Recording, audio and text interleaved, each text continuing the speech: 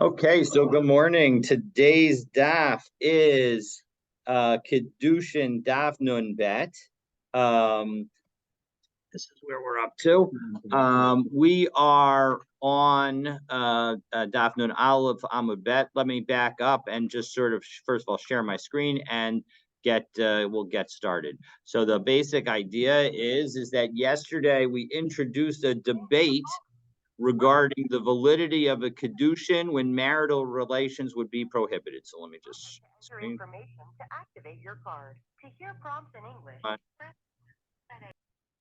There we go. So hold on, sharing my screen. Here we go. And so we had the two different opinions. Abaye says that despite the prohibition, it's a valid Kiddushin. And Rava says, no, it's not a valid Kiddushin. So let's just back up, because obviously on some level, even when marital relations are prohibited, there can be marriages that take effect. So for example, if a Kohen marries a divorcee, or a Kohen Gadol marries an almana, a widow, then those might be prohibited marriages and prohibited relations, but we say that the marriage itself is valid. So what are we talking about here? We're talking about a situation where, as a result of the marriage, the relations become prohibited. So it's not something that might be prohibited otherwise, but it's as a result of the marriage they become prohibited. And so, for example, if a man says to two sisters that I'm marrying one of you with this coin, and he doesn't specify which one, and he doesn't have in mind which one, and they don't have in mind which one, then there's an uncertainty as to whether or not he's married one or the other. And so he cannot have relations with either of them, because if he were to have relations with sister number one, maybe he in fact is related to sister number two. Maybe in fact he's married to sister number two, and sister number one is prohibited. He's prohibited to have marital relations with her as long as sister number two is alive, and vice versa. If he tries to have relations with sister number two, he can't do that because of sister number one. So the point is that, according to Rava, the Kiddushin would be invalid because of the uncertainty. So we are, but Abaye says no. Abaye says no, even despite that uncertainty, and despite the fact that our Mishnah, we had brought our Mishnah as a proof text. Our Mishnah said, and we'll see this case in a moment, that if a man goes to 5 women and tries to marry them all, and 2 of them are sisters, so then the marriage is effective with 3 of them, but not effective with 2 of them.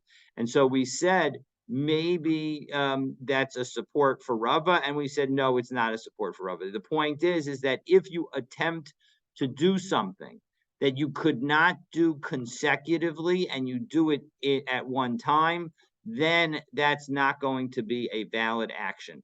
And so it's because you can't marry one and then the other. So we're going to say you're not allowed to marry both at the same time also. And so that was how Abaye would say that even though there's a prohibition, you can effectively do a Kiddushin. It would be a valid Kiddushin. And so that is how Abaye can explain our Mishnah, despite the fact that no marriage actually takes effect. And so now the question is, we're still in a series of efforts to try and prove that Abaye is correct and Rava is incorrect. We've made 4 efforts yesterday. All 4 failed. And so we're continuing in our attempts to use to support Abaye. And now we begin our 5th attempt, and it will also fail, but thankfully there will be a 6th attempt that will be successful. So we're at Tashma, 5 lines up from the bottom of Nun Aleph Amud Bet from 51b. And so we go as follows. So Tashma, Shnayim Shekidshu Shtei Achayo. We've got we're referring to a Mishnah in Yevamos. It's on Kaf Gimel Amud Bet, that we say that if 2 men marry 2 sisters, now these 2 men are unrelated. So we'll call one of them Reuven and the other Ephraim. and they marry sisters. And of course, whenever we talk about sisters in the in our learning, we use Rachel and Leah. And so, but the problem is the Zeh Eino Yodea Ezo Kiddush, the Zeh Eino Yodea Kiddush. Ezo Kiddush. They both of them don't remember which one they married. Zeh knows in Shnei Gittin, the Zeh knows in Shnei Gittin. They both have to give two divorces, meaning they have to divorce both the women in order for them to be able in order to enable the women to marry somebody else, and frankly for them and they won't be able to actually remarry anybody. They won't. They're completely stuck with respect to these two sisters. And so, but doesn't this show that Kiddushin exists even though marital relations would be prohibited, which supports Abaye and contradicts Rava? So no, not necessarily. Hachanami shuhukru uvasovnis arbu. The situation is they knew who they married. They didn't marry the two sisters in an unclear manner so that they each became married to both of them, and that would be a proof for Abaye. No, they married each of them individually, and they knew who they were married to. And so, but now we're just not sure which one they actually married. So it's only afterwards that there became an uncertainty associated with it. And Dekanami, we can actually, a precise reading of the words will help us understand that this is in fact the case. Because Diktani Eniodea, they don't know. They don't know currently. But Logatani Ein Yadua. They didn't say that it is not known. That would suggest that it was never known, and it was not known from the beginning. So Shema Mina. So again, it's not a proof, not definitive proof either way. Well, if what you're describing is in fact the case, that we're talking about a situation where they married somebody and then and now they're unsure which sister they married, and now they're divorcing them, and they've got to divorce both of them. Well, why even bother telling us this? This is totally obvious, because if in fact you're uncertain about whether you married woman number one or woman number two, and they both want to remarry somebody else, then of course you need to divorce both of them. So Seifa, it's you need it for the end, because if we have mace, because if one of those two dies, so let's say Ephraim dies, and I'm sorry, if both of them die, so both Ephraim and Reuven have died, and they each leave one brother. So Ephraim leaves Menashe, Reuven leaves Shimon. So Zechol it's Shtehen v'Zechol Shtehen. Both of the brothers, the surviving brothers, each of them have to do chalitza with both of them, because they're not sure. Just as we would need divorce from both of them, we need chalitza from both of them. However, if Reuven happens to have two siblings, Shimon and Levi, and or Shimon and Yehuda, as I have on screen, and the other one has one brother, so he just has Ephraim. Well, then, as we turn to Nun Bet Amud Aleph, Echad, the one that has one brother, that one brother Cholitz L'Shtein, he's stuck. He's not going to be able to marry either of the sisters, but so he needs to do chalitza to both of them, because no matter what he does, there's going to be an uncertain situation whether or not he has a Zika relationship with the person, and it could be that the other one is the one he has a Zika relationship with, and is therefore his chalutza, and you're not allowed to marry the sister of your chalutza. So as a result, he's totally stuck, and so he needs to do chalitza to both of them. But when it comes to the two brothers, when it comes to Shimon and Yehuda, who have the opportunity to do chalitza with, again, Rachel and Leah,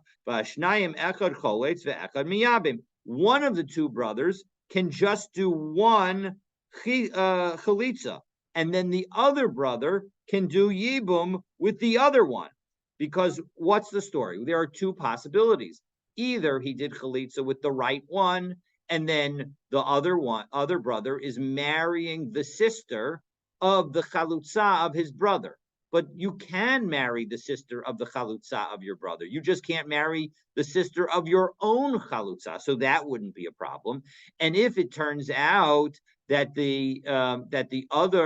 in fact the the chalitza was not necessary, because the chalitza was done with the woman that was actually the wife of the other man and not the brother. Well, then you're doing then the when the other surviving brother does the yibum, he's doing yibum with the yivama. So as a result, he will be able to get married. So im kadmu v'chansu, if both if both of them went and married a sister, ein motzian otan miyadam, then we'll not divorce. We're not going to force them to divorce. So the point being, because the other man, namely Menashe, who has done chalitza with both of them, so then one of the two surviving brothers is doing yibum, and the other brother is just marrying an the widow of an unrelated man, and who happens to be the sister of one of his other brothers. But we're going to say that that's totally fine. So dafka, but all of this requires michaletz v'hadar yibume, that the chalitza has to happen before the yibum. Not only that, about yibume v'hadar michaletz, but if in fact one of the brothers does the yibum before the other brother does the chalitza, then there's going to be a problem, because they're going to violate the prohibition of allowing a woman who is a yivama to go and marry an unrelated man, and she has a zika relationship, and she's not supposed to marry an unrelated man. She needs to marry. She needs to do yibum first. So that is the basic story. And so the point is that all the fact that we told us the rule that if two men are unsure about which sister they married, that they need to give them both a divorce, that was not being told to us as a new law, but rather it was being told to us because we were then going to discuss the complicated nature of what happens if those two men die and they leave no children, so their brothers need to perform yibum or chalitza, and we're not sure which one they were married to. So that was our fifth effort, unsuccessful, and so now we are up to our sixth effort. So, and that will be successful. So Tashma, the Tani Tavyumi taught the following brisa: a man had 5 sons, another man had 5 daughters. Listen, why don't we have one of your daughters marry? And in fact, I'm proposing right now on behalf of one of my sons. And Rashi points out in the Rashi 1, 2, 3, 4, 5, 6, 7, 8 lines down. The Kigon Shasuhu Shliach. The brothers all made their father a messenger. So he had the authority to marry any of the brothers. And so not a great idea. Don't have all your sibling brothers allow your father to marry you all at the same time, because then you can lead to uncertain situations, which would be terrible. So, but the bottom line is here he has attempted to marry one of them, not specified which one, and the woman on the father of the bride side has not specified things either. So we don't know which of the brothers and which of the sisters is married to each other. So kol achas v'achas tzrichas kamisha gittin. So now all of a sudden, in order for any of the sisters to marry anybody, they each need 5 different gittin from the 5 different brothers. Now meis echad mehan. Now if one of them were to die, kol achas v'achas tzricha arba gittin v'chalitza me'achad mehen. That each of the if one of the brothers were to die now, and of course without children, well then the 5 remaining sisters, they all need divorces from the 4 surviving brothers, and they need a chalitza in connection with the death of the brother that died. Now that chalitza can come from any of the surviving brothers. It doesn't have to come, because once one chalitza is done, it ends the relationship and with all of the brothers. And so as a result, they'll all need 4 divorces and 1 chalitza. Question. the daughters go to the bet din for the divorce. In those days, did the bet din take a fee for this? I don't think so. I don't think so. I don't think so. No, I mean, and yes, I mean that would be a very expensive mistake. But the person who takes a fee for it is the sofer, and that's going to be on the father of the brothers or the brothers themselves that they're gonna have to pay for all these divorces. So, all right, hachinamish keshahukra ulbasovnis arvu. Well, 1 second. How have we answered these other questions that have been posed to, again, here as well? Why is this a question? It's a question because, again, Rava says that it's not a valid Kiddushin. And so how could there be a requirement for any of these divorces, given that it shouldn't be a valid Kiddushin according to Rava? And if you want to say, as we've answered in other cases that we're talking about, where you knew which brother and which sister were marrying to one another, but you then got them mixed up and you couldn't remember any longer which one, and so maybe you want to say that this case is talking about that situation. It doesn't work with the wording of the brisa, because what does the brisa say? The brisa says, ha achas mibnosecha la'echa bin badai katani. It says one of your daughters with one of my sons. It is not, the specific language that it has the father use is not definite. And so as a result, tiyuvta de Rava tiyuvta. We have actually concluded a refutation of Rava that has been successed. The hilchas of kavase de Abaye, and indeed the halacha follows Abaye b'yal kagam. So Yal Kagam is a not abbreviation. What's the word I'm looking for? It's an acronym for the 6 different situations where now there are many situations where Rava and Abaye have a dispute, but there are 6 situations, only 6 situations where the halacha is like Abaye. Rashi lists them all. There again lists all 6 cases. I'm not going to go through them, given that they're not all relevant to our discussion right now. The kuf of this Ya'al Kigam Yud Ayin Lamed Kuf Gimel Mem. The kuf stands for Kiddushin, is the first letter of Kiddushin, and that is the one that is at issue here.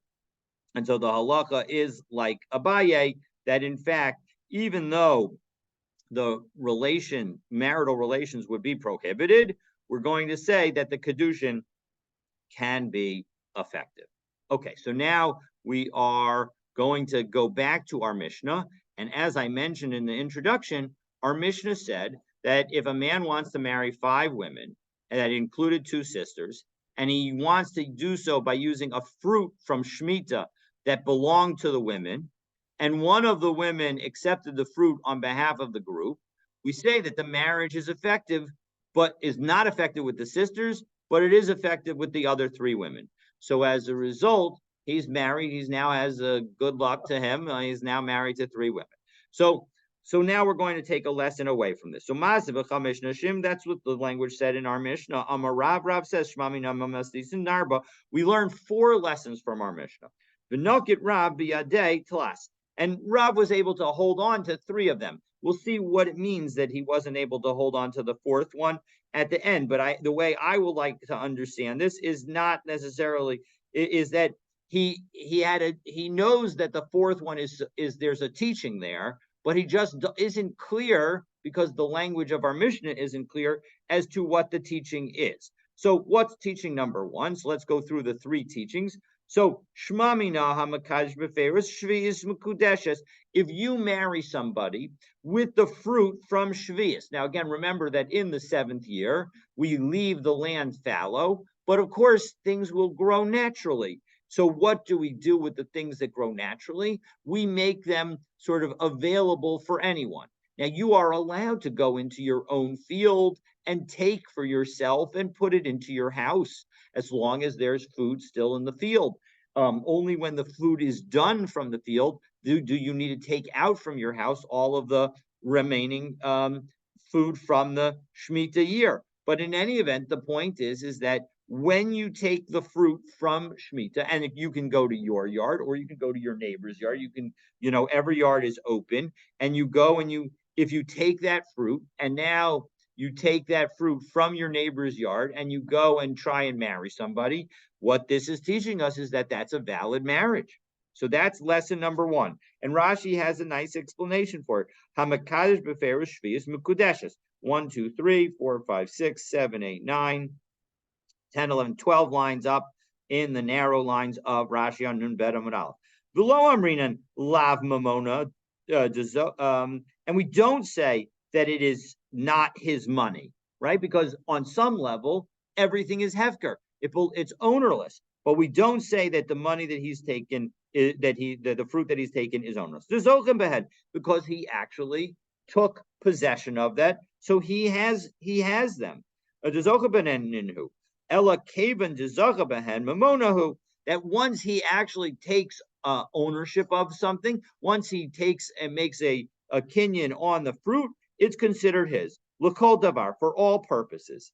Inami, so that's one possible explanation, that even though all the fruit of Shemitah is considered ownerless, we're going to say that in fact it is, as soon as somebody takes possession of it, it's as if it's theirs for all purposes.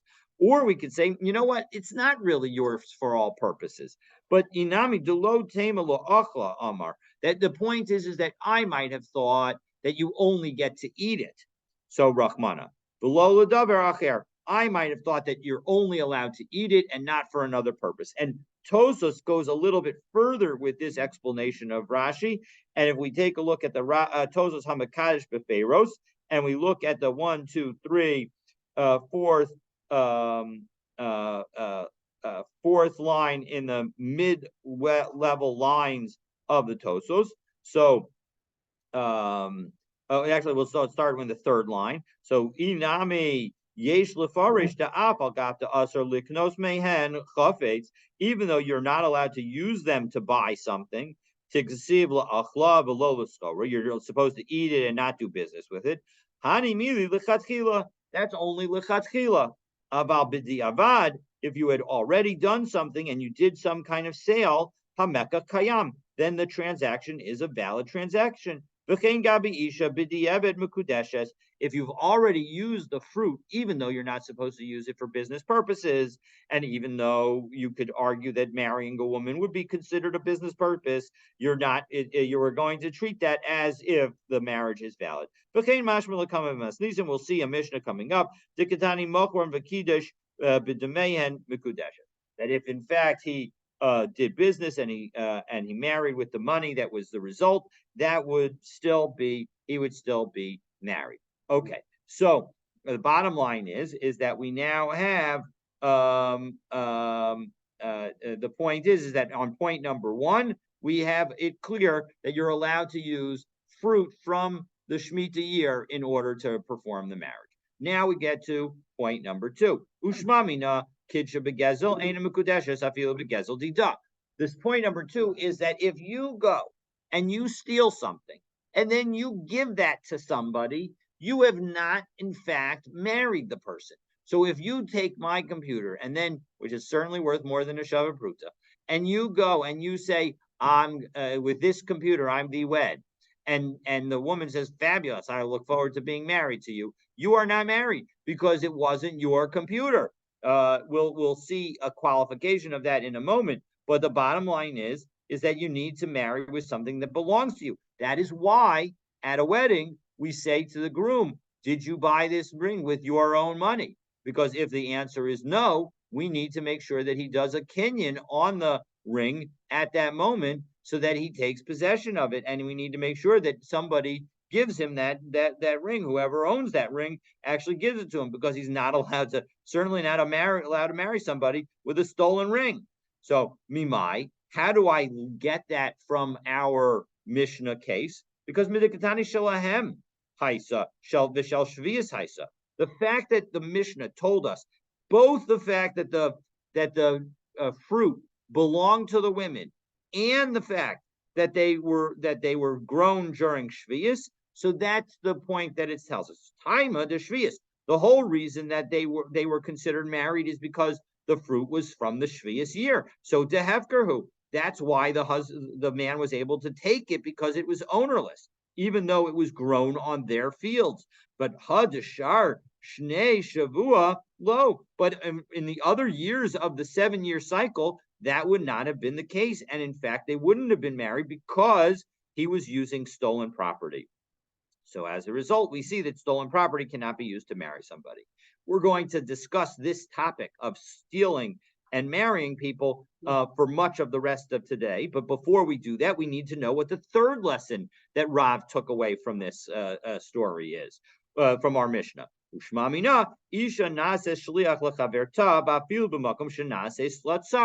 The third point is that a woman is allowed to be an agent for another woman, even in a situation where they become rival wives. Because, you might think, and indeed, let's take a look at Rashi. Oh, by the way, let's go back up just a moment to do 2 Rashi. So first we'll back up to the Rashi 7 lines up, that when it comes to her things, that even if you stole it from her, Rashi points out, that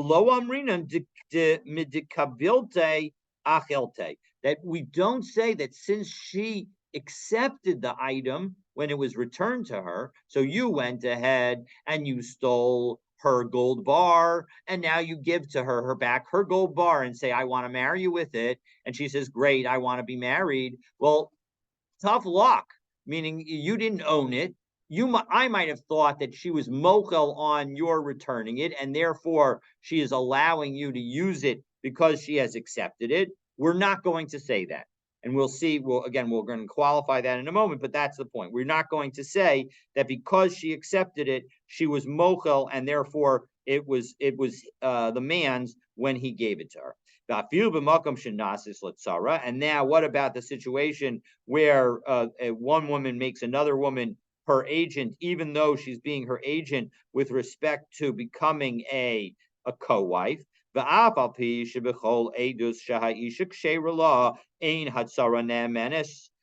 when it comes to other kinds of situations, right, we learned in throughout Seder Nashim that in fact, when a woman testifies about when a co-wife testifies about the death of a husband or something like that with respect to another co-wife, we don't believe her because we're worried that she's not telling the truth, because they are co-wives and therefore rivals.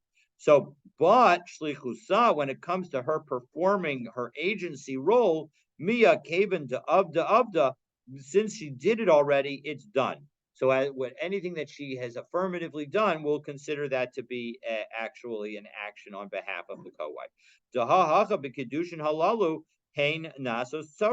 Through this Kiddushin, they all became co-wives. Based on the fact that she accepted the gift. And the point is that we learn based on this that when they were strangers to begin with, so then they can become married, even though they're going to become co-wives. So that's okay in terms of how agency can work, even with respect to women. So that's the 3 rules. But now, what was the 4th one? V'idach maihi. What was the 4th one that we said that Rav wasn't able to grab onto? Kiddushin she'ein masurin labiyah. It's the item that is the topic of the machlokas between Rava and Abaye, that whether we say Kiddushin with respect to situations when they're not able to engage in marital relations. V'nichshava. And so why not let Rav have that one also? Meaning we just told us what it is, so why not say Mishum demisapkale ika Abaye ika Rava, because he was unsure. How do you read our Mishnah? And we saw yesterday that you can read our Mishnah in a manner that is consistent with either Abaye or Rava. And so as a result, we're going to say that because we can read it in a way that's consistent with either of them, so therefore we're unsure which one it is actually a proof text to. And so therefore... Rav lived many decades before Abaye and Rava. Yes, but the point is the question isn't, so it's not whether or not he held like one of them officially and said, I hold like Rava or I hold like Abaye, but the question was a valid question, meaning it was a debated issue. It just was not a flagged issue that was a machlokas tanayim. But Rav was unsure how to read our Mishnah as a proof to one of them because he could see both arguments that they made. That in fact, again, as a reminder, we saw that you can read our Mishnah. The first part of the Mishnah seems more consistent with one of Rava and Abaye, and the end of our Mishnah seems more consistent with the other. And so both of them have to fix our Mishnah in order to make it consistent with them. And we've seen that both of them do so. But the point is that Rav recognized this uncertainty and therefore was unable to say for sure which one the halacha would be like. Even though, yes, you're absolutely right that Rav was a Tanu Palik. He was in the last generation of the Tanaim, and or very end of the Tanaim, beginning of the Moraim, and Rava and Abaye were later. So, okay. So, now we get three stories as to, I'm sorry, first we're going to do a little discussion of Rav's second conclusion, namely whether stolen items can be used to accomplish a Kiddushin, and specifically Rav's conclusion that they cannot. And then we're going to have a challenge that conclusion, and then we'll have three stories. So let's take a look. So Kisalik Rabbi Zera Amra Laha Shamaita Kamei de Rabbi Yochanan. When Rabbi Zera went to Eretz Yisrael, so when he left Bavel and went to Eretz Yisrael, so he said the teaching of Rav in front of Rabbi Yochanan. Amar Le, Rabbi Yochanan said to him, Mi Amar Rav Hachi, did Rav really say that? Now we are assuming at the moment that he was like shocked because he disagreed with Rav. But now we're going to see Vahulo Amar. 1 second. Didn't Rabbi Yochanan also say the same thing? Rabbi Yochanan, Gaza Balonis Yashu Habalim. If somebody steals something and the owners have not given up hope of it, because once the owners give up hope, then it effectively belongs to the thief. Shneim Einin Yechom Lahaktish. You can't, neither of them are able to make the item hektish. Zelafisha Einu Shalo. The thief can't do it because it doesn't belong to him. Zelafisha Einu Bershuso. And the owner can't do it because he doesn't have possession of it. So doesn't this clearly show that a thief lacks ownership and therefore shouldn't be able to marry somebody, just like he cannot make something hektish? No, so Hakikamer, yeah, you're absolutely right. That in fact, Rabbi Yochanan was surprised in the other direction. Hakikamer, this is what Rabbi Yochanan was saying. Mi Amar Rav Kavasi, does Rav actually agree with me? That would be fabulous. And so, in fact, the answer is Rav does agree with him. And so that is discussion number one. But now we challenge Rav's conclusion from a brisa, because we have a brisa that says, and we're going to end up limiting Rav's conclusion, as we will see in a moment. Meisvei, we've got a brisa.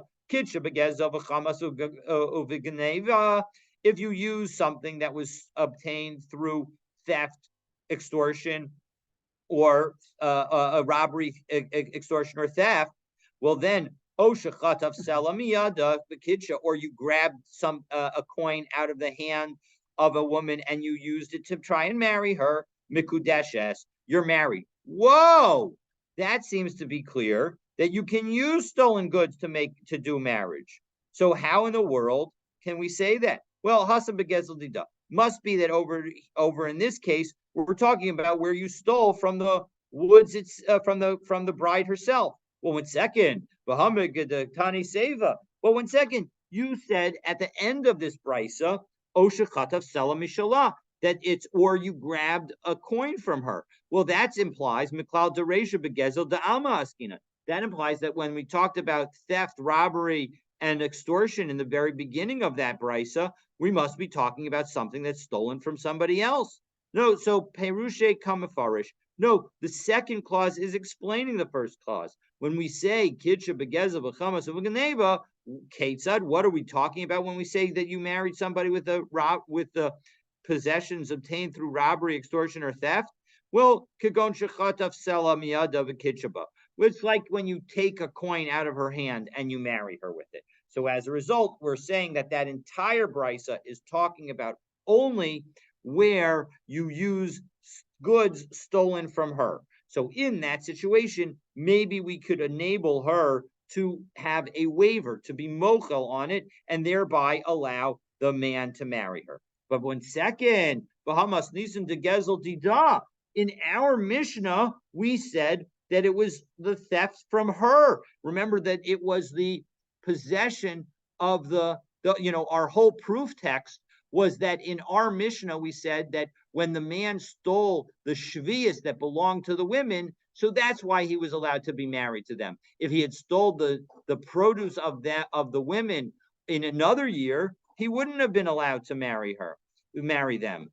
Amar Rav Eina Mikudeshes, and that's why Rav says it's not married. So that seems to be clear. So now we've clarified the debate. Any debate is clearly, if you steal from somebody else, there is no chance of that object working. If you steal from the wife, the woman that you're trying to marry, maybe it will work because we've got a brisa that says it does, and we have our Mishnah which implies that it does not. So how do we juxtapose these two? So lo kasha hadashadich hodelo shadich. Did the man and woman have already an agreement to marry? If in fact they had a shidduchin where they agreed to marry, so then we'll say that in that situation, the wife is going to be mochel and effectively allow the man to take possession and be the owner of something that belonged to her.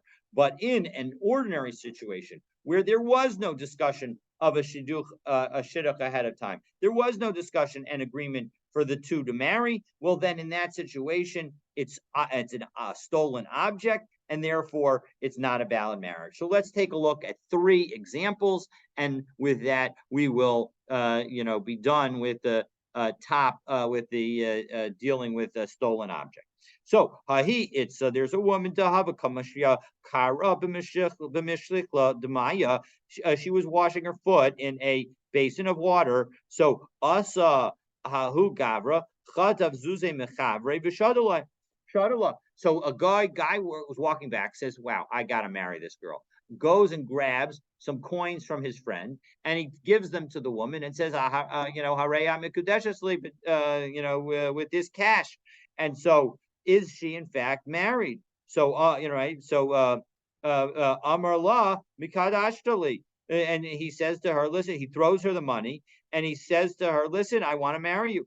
Asahu Gabra Lakamei de Rava. And so the guy came in front of Rava and said, listen, was I successful? So Amar Rava responded, no, Leis Dechash Laha de Rabbi Shimon. We are not worried about Rabbi Shimon's opinion. What is Rabbi Shimon's opinion? De Amar Stam Gzela Geish Balim Havik. That when you steal something from somebody, we're going to assume that they abandon it and that they give up hope, and therefore it belongs to the thief.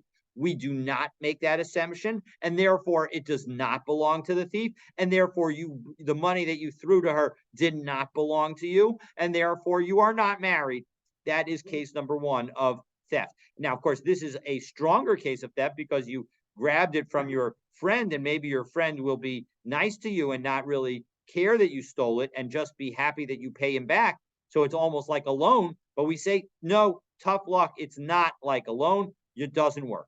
Now a case where it's even less like a theft.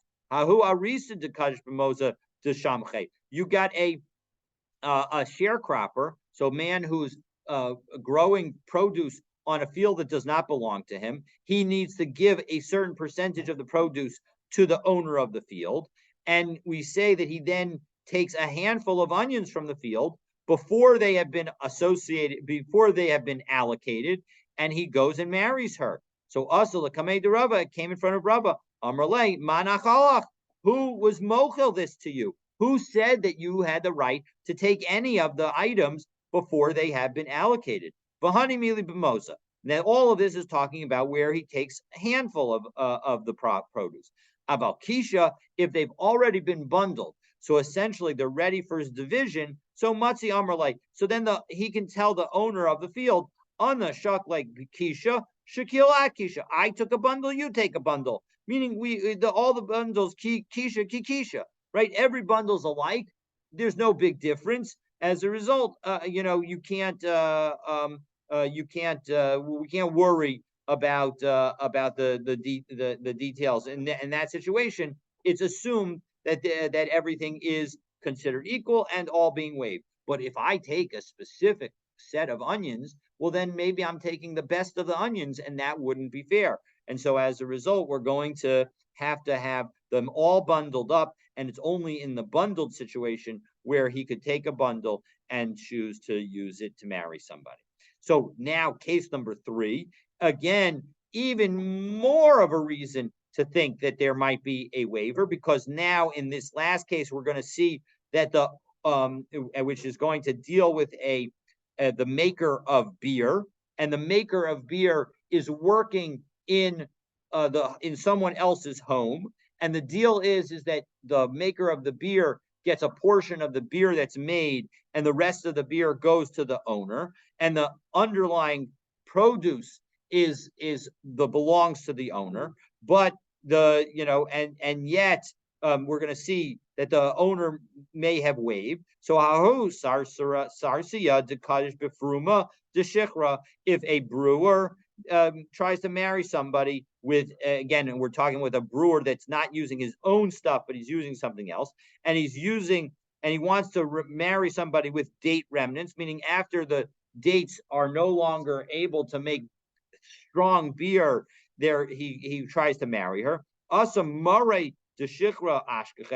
the owner of the beer factory comes and he finds him and he figures out what happened. And Amrlay, and he says to him, Amailo Tesiv Mehayacharifi, you should have used better, given her better and more powerful fruit. Why did you just give her the dregs? No. So that would seem to imply that he's waived it, and therefore that he's okay with the step, and therefore it should be considered belonging to the husband, and therefore that should be a marriage. So Asla Kameh de Rava came in front of Rava, Amar, and Rava said, Lo Amru Kalach, Lo Amru Kelech Eitzel Yafos Ella Inyan Truma Bilbad.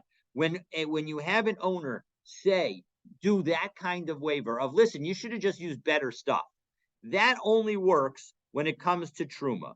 And where is it that we had that teaching? Because listen, to Tanya, we have a brisa.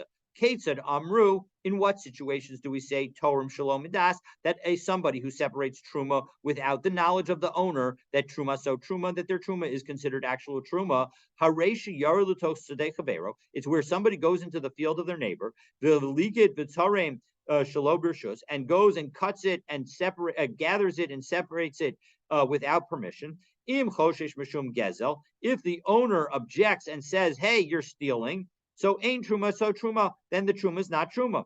The Im Lav, but if he does not object, Truma, so Truma, it's Truma. Uminayin Hayayadea, how do we know whether or not the owner objects? So Im Choshesh Mishum Gezel, Im Lav, how do we know whether he's worried, he's accused the guy of theft or not? So Haresh Baal Abayis Umitzo, when the owner comes and finds him, the Amrlo, and he says, Kilach Eitzel Yafos, you should have gone to the nicer stuff. So then in that case, Imnim Su Yafos, if there was nicer stuff, well, then he was being serious, and Truma, so Truma. Then he was happy with the fact that the guy took Truma, and he was just disappointed that the guy didn't take nicer produce. The Imlav, but if in fact there is no nicer stuff, well, then he's being sarcastic. So highlighting again that the Gemara was fully aware of the concept of sarcasm. Ain't Truma, so Truma. Then his Truma was not Truma. Hayu habalim malaktim, right? Because the owners, then his Truma is not Truma. Hayu habalim malaktim umosifin. If in fact the owners then gathered more Truma and gathered more produce, and then took Truma off of that additional produce in order to add to the original produce, well then Benkach Truma, so Truma. Doesn't make a difference whether better is found. The point is that if you added to it, if you added to the same pile, then it shows that you've agreed to it, and therefore it's fine. So the point is that when it comes to Truma, there is the possibility of some kind of waiver. And it makes sense because the person himself is obligated in the truma. But here, the man was never obligated to give the money to the worker and enable the worker to then marry somebody with that money. Aval hacha mishum kisufa hu da'avid. He's just embarrassed that and it's not because he actually wanted the worker to be able to get married. Ve'ena mikudeshes, and therefore she is not married. Okay, so that brings us to the next Mishnah. And in the next Mishnah, we're going to deal with other kinds of objects. So let's take a look. Hamakaj bechelko, if you marry with, as Rashi explains here, bechelko shechalak im achav hakohanim, his portion that he gets with the other kohanim, ben kachim kalim, ben kachim kalim, whether it's the super holy stuff or the just regular holy stuff. The super holy stuff, the woman wouldn't be allowed to eat. The regular holy stuff, a woman could potentially eat. Eina mekudeshes. She is not married, even though she's going to get some benefit. And Tosos asked the question. One second. Why do we say we're going to see in a week or so, maybe almost 2 weeks, that if a man offers to talk to the authorities on behalf of a woman and use that ability to talk to the authorities as a method of performing the marriage, that it's a valid marriage, the mekudeshes. He hasn't actually given her anything. He's just given her a benefit. He gave her a benefit. So why is this any different? After all, she also here is potentially getting a benefit. They're not comparable. He could have gotten paid for his speaking. And therefore it's like him giving her a pruta. The fact that he has this produce, the kachim, whether it's kachim kalim or kachim, it doesn't belong to him. It was belonged to God. It belongs to Hashem. And he doesn't have the ability to charge money for the good that he is giving her. And therefore, that's what makes it different. So that effort number one will not be successful. What about b'maiser sheni? If you use maiser sheni, that's the produce that you need to bring to Yerushalayim and eat in Yerushalayim. Bein shogeg, bein mezer, whether you do it on purpose or not, lo kiddush, according to Divrei Rebbe Meir. Rebbe Meir says you're not married. Rebbe Yehuda Omer, b'shogeg lo kiddush, b'mezer kiddush. If you didn't realize it was maiser sheni, then you are married. But if you if you didn't realize it was maiser sheni, then you're not married. But if you did it on purpose, then you are married. But when it comes to hektish, b'mezid kiddush, b'shogeg lo kiddush. If you did it on purpose, then you are married. But if you did it by accident, then you're not married. Divrei Rebbe Meir. That's what Rebbe Meir says. Rebbe Yehuda Omer, no, flip it. B'shogeg kiddush. Only if you did it by accident are you married. B'mezid lo kiddush. But if you did it on purpose, then you would not be married. So we'll talk about the last cases tomorrow, but it seems like our Mishnah, according to the first teaching, is not like Rabbi Yossi Aglili. Tana umala ma'al ba'Hashem, that when it comes to the situation of doing treachery against God by lying to somebody in connection with somebody who makes a claim against you and says that you have something, and the person says, no, I don't. And so now he's going to be subject to an oath, subject to bringing certain sacrifices for failing, for having lied under oath in that situation. So l'rabos kachim kalim. So Rabbi Yossi is going to say that that verse comes to include that if you swear that you don't have an animal that has been dedicated for a korban by your friend, shehein mamono, it's considered like that friend's money, and therefore, Divrei Rebbe Yossi Aglili, therefore the person is going to need to make to bring a korban for that false oath, even though what we just said in our Mishnah seemed to suggest that when it comes to kachim, and specifically kachim kalim, that we don't treat it as belonging to somebody. So afilu tame Rabbi Yossi Aglili. So no, you can say our Mishnah is even consistent with Rabbi Yossi Aglili. Kikam Rabbi Yossi Aglili mechayim. Rabbi Yossi Aglili was talking about when the animal is still alive. Avalach or shchita, low. But when it has already died, when it's already been killed, then it is no longer the property of the owner who made it hektish in the first place. My timer, what's the reason? Because ki kazachu, when the kohanim and the owner get the korban back, mishulchan gavoa kazachu, they are really taking it from God. And therefore, it does not belong to the owner any longer. And dekanami tani, and we can actually learn from this and infer from this from the language, because hamakadosh bechelko bein kachim bein kachim kalim lo kiddush. So shmamina. The fact that we said specifically that it's the portion that they get, not the animal itself, we must be talking about after the animal has passed away, after the animal has been slaughtered and has been offered as a korban, and now the people are getting the portions that they're allowed to eat. And so shmamina, that is the case. So we'll do one more little bit. So Tana Rabbanan, la'achar ptira, so shall Rabbi Meir, after the passing of Rabbi Meir, Amar lahem Rabbi Yehuda the Talmidav. Rabbi Yehuda said to his students, Al yikansu Talmidei Rabbi Meir lakan. Don't let Rabbi Meir's students in here. Mimnei shekantaranim ahem, because they are provokers. They are going to make things annoying for me. They're not trying to come and learn Torah. They are just trying to annoy me. They're trying to cut me down. They're trying to show that their teacher is right. Sumchas pushed his way in, Amar lahem, and he said to everybody, Rabbi Meir. Rabbi Meir taught the following: if you try to marry somebody with a portion of an offering, bein kachim kalim lo kiddush, as noted in our Mishnah, you're not actually married. Kos Rabbi Yehuda alayim. Rabbi Yehuda got angry. Amar lahem lo kach amarti lechem. This is what I said to you. Al yikatzum talmidei Rabbi Meir lekan mipnei shekantranim lahem. They're annoying. Lo lilmod v'lo Torah heim baim. They're not trying to actually learn Torah. El lekavchani b'halakos heim baim. They're trying to, ruin me in the discussion of the law. So v'chi isha ba'azar minayin. After all, how in the world could a woman come into the courtyard? So now the question is Rabbi Meir here, is Rabbi Yehuda being literal that a woman's not allowed in the courtyard? Because it seems like a woman may be allowed in the courtyard. So Rabbi Yossi, Yomru, 1 second, should they actually say Meir Shachav Yehuda Kaz Yossi Shasak, that Rabbi Meir died and Rabbi Yehuda was angry and Rabbi Yossi was then quiet? Because that's not true what Rabbi Yehuda just said. So Divrei Torah Matehei Aleha. 1 second, what's going to be at with the words of Torah? We're not going to get to the truth. After all, a woman doesn't have to actually enter into the Azara in order to be married through an act that happens in the Azara, because a woman could appoint an agent. She could appoint an agent.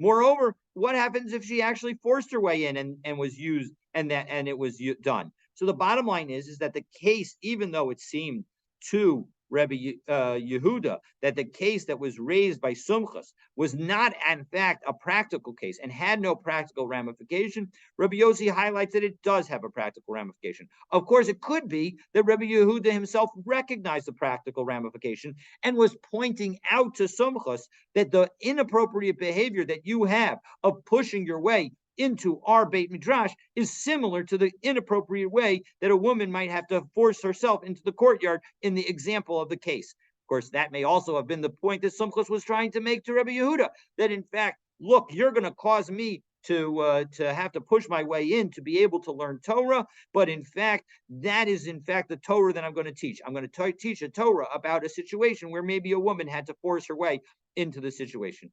Bottom line is, it seems from this story that Rabbi Yehuda disagrees with the position in our Mishnah, and we will see whether, in fact, that is in fact the case, God willing, with the opening brisa that we will start tomorrow. But for that, you will need to stay tuned for tomorrow's daf. Yasha Koch, the thing about women not entering the courtyard, a woman can enter the courtyard in order to check their own korban. She's allowed to. She can or cannot. Can. Yes, that is, I understand. I have not gone through it, but the Rishonim all are very confused by Rabbi Yehuda's point based on that. So the question is what is meant, and I think that it's meant that just that in an ordinary situation, women do not.